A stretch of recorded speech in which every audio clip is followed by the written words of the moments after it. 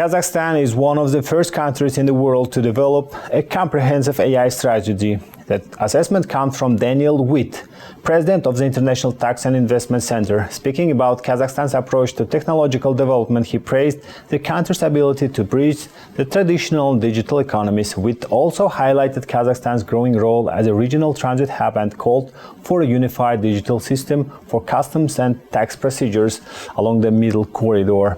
At the same time, he stressed that continued reforms and greater competitiveness are essential to attracting long-term investment and sustaining economic growth.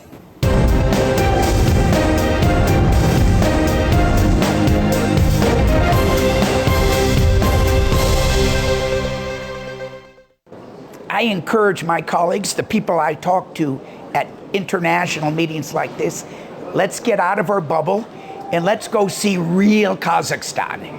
You embrace the technology, you carefully move forward, you put in place the appropriate and proportional legal and regulatory regime, and as appropriate, a fiscal regime, and it works. Many countries, governments, parliaments, this new stuff comes in.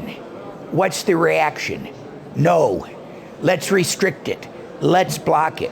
A year ago, at the Astana International Forum, was around the time President Tokayev and the cabinet approved your AI strategy. You were one of the first countries in the world to have a comprehensive AI strategy. Remarkable. Now, I don't want to point fingers at those that aren't doing it so well, but you couldn't help but contrast it with the European Union. You move fast, but fast doesn't equal foolish. A very deliberate way that, again, you can't defy gravity. The world is changing. If you don't embrace it, it's going to happen as a parallel economy. It's a digital world, but there's also the traditional world. And I think Kazakhstan has done a remarkable job of not denying the future and marrying the two together. And who's benefited? The people. Of course, your state budget too. Well, that means people as well. Yes. How can we still lean on attracting more and more long-term investments into the country beyond everything that we have just discussed? I'll give you the same answer that I have said many times at Kazakhstan investment forums in London or in the US. You've got to continue to stay hungry. I remember in the 90s, after a whole swath of reforms, there was kind of a reform fatigue. And the leaders kind of had a sense that, okay, we did it. And it's like, no, you've got to continue to compete, because if you don't, somebody else is going to come and eat your lunch. Look at the way UAE behaves. Look at the way Qatar behaves. Look at the way Singapore behaves. They could stop doing new stuff today and their people for the next 2 generations would live happily ever after. But they don't. They continue to innovate. They continue to invest in their young people. And the world's changing. Kazakhstan must continue to change. From that period in the mid-90s, you were talking about we need economic diversification. Well, you have got it today, but it took 20 years.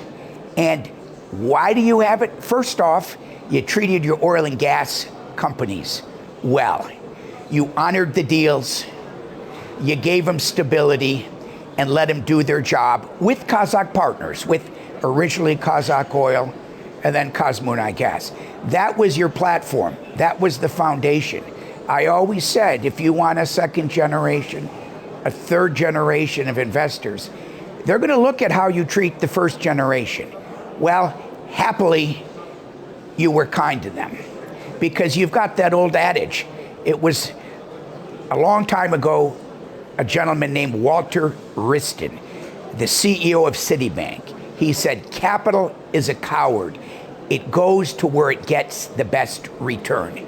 So you've got to make sure you're continuing to give your investors a good return, because there's a lot of competition for capital.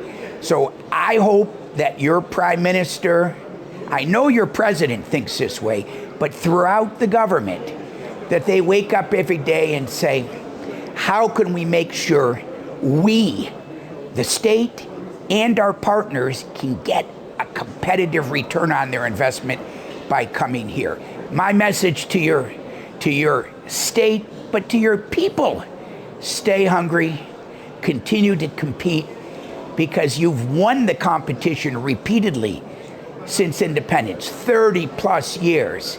But the world is changing, and now you've got a digital economy and a traditional economy. You need them both. They both must succeed.